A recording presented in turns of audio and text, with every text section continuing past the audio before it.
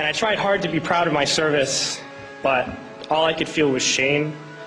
And racism could no longer mask the reality of the occupation. These were people, these were human beings.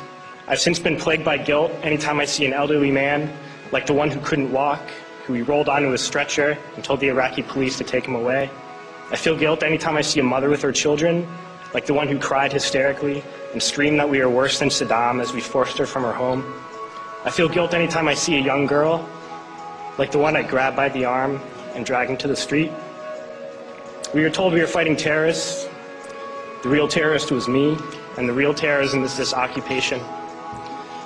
Racism within the military has long been an important tool to justify the destruction and occupation of another country. It has long been used to justify the killing, subjugation, and torture of another people.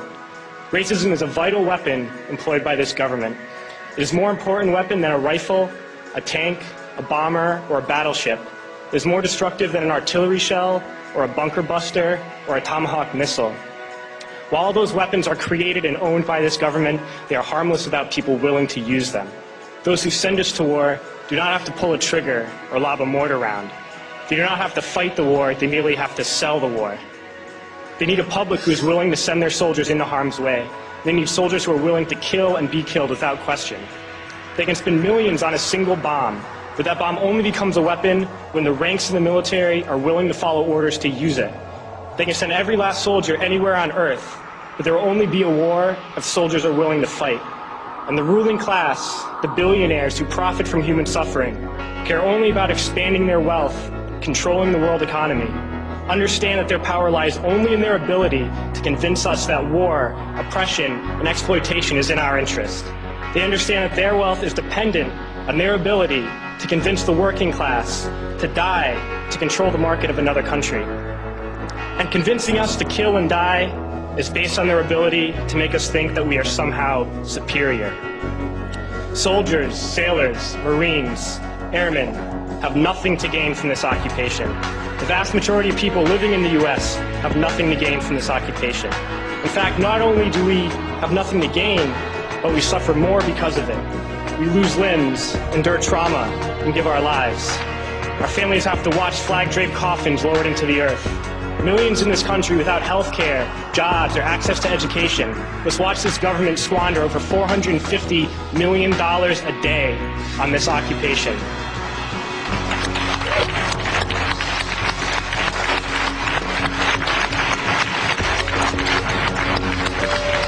Poor and working people in this country are sent to kill poor and working people in another country to make the rich richer.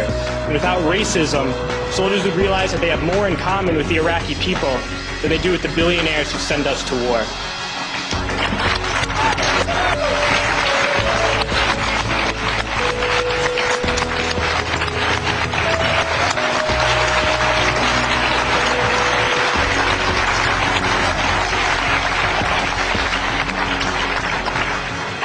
I threw families onto the street in Iraq, only to come home and find families thrown onto the street in this country, in this tragic and unnecessary foreclosure crisis. We need to wake up and realize that our real enemies are not in some distant land. They're not people whose names we don't know and cultures we don't understand. The enemy is people we know very well and people we can identify. The enemy is a system that wages war when it's profitable. The enemy is the CEOs who lay us off from our jobs when it's profitable.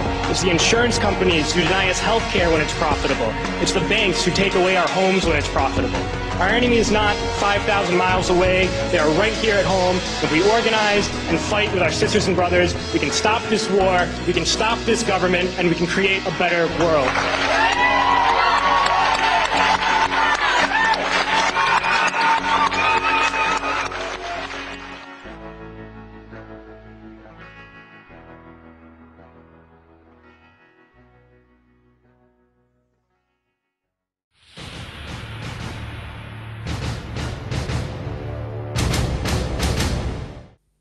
Bu haftalık bizden bu kadar. Ama %99'un mücadelesi insanın ve emeğin olduğu her yerde devam edecek. Hoşça kalın.